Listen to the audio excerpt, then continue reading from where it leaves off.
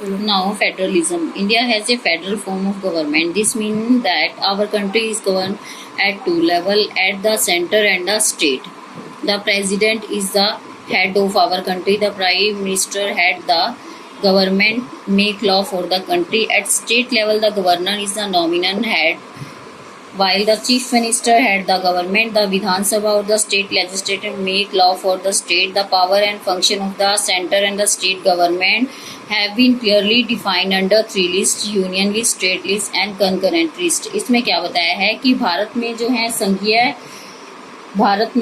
संघीय सरकार है। इसका अर्थ है हमारे देश में दो स्तर पर शासन किया जाता है, जिसमें सेंटर और स्टेट, केंद्र तथा राज्य स्तर पर। राष्ट्रपति जो है हमारे देश का मुखिया है और प्रधानमंत्री सरकार का मुखिया होता है, जो कि कानून बनाती है। और इसीलिए राज्य स्तर पर जो है गवर्नर जो है नाम मात्र का अध्यक्ष होता है, और जो कि चीफ मिनिस्टर है जो सरकार का मुखिया होता है। उधर विधानसभा देश के लिए कानून बनाती है। राज्य तथा केंद्र सरकार की शक्तियों तथा कार्यों का वर्णन जो है तीन सूचियों में किया गया है: संघ सूची, राज्य सूची और समवर्ती सूची। India is a democratic republic. A democratic republic refer to the government chosen by the people.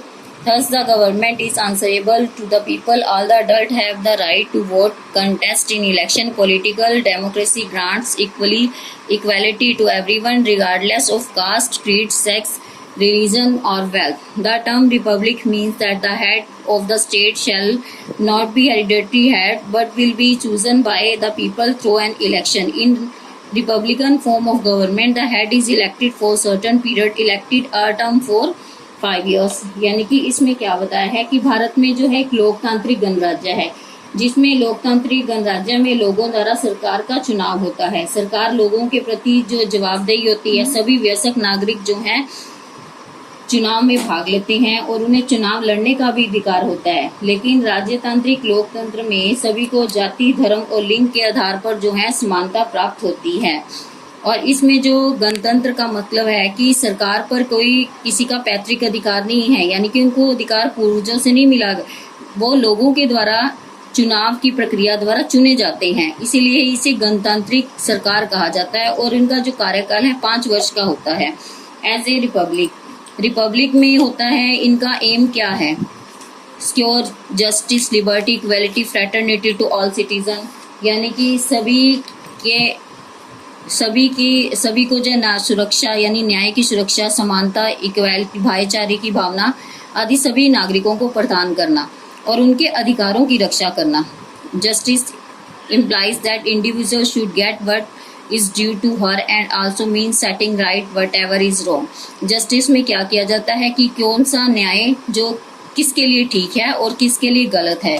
Liberty indicate absence of any subjective restraint और individual for freedom for development.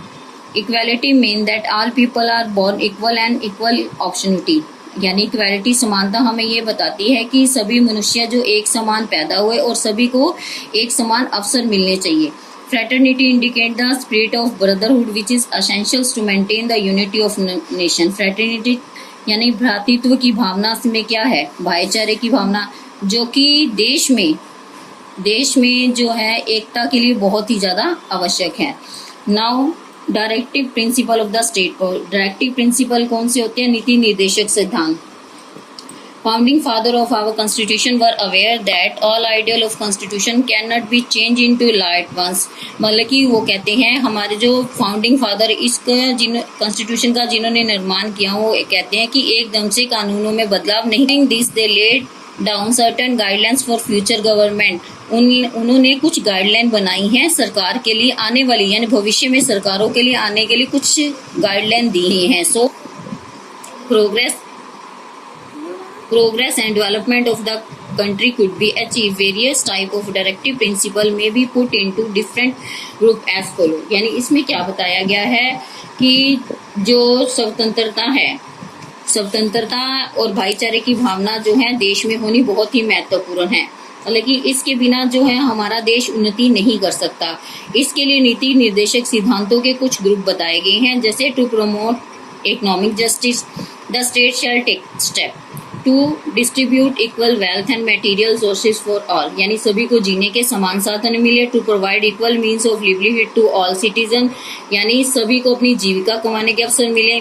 To secure proper condition of work for all workers, यानी कि सभी को काम करने के लिए भी अच्छी दशाएं यानी अच्छी सुविधाएं मिले। To secure equal pay for equal work man and women, और सभी स्त्री पुरुषों को काम के लिए एक समान वेतन मिले। To protect children from exploitation, यानी बच्चों को शोषण से बचाया जाए। टू प्रमोट कॉटेज इंडस्ट्री, यानी कुटीर उद्योगों को बढ़ावा दिया जाए।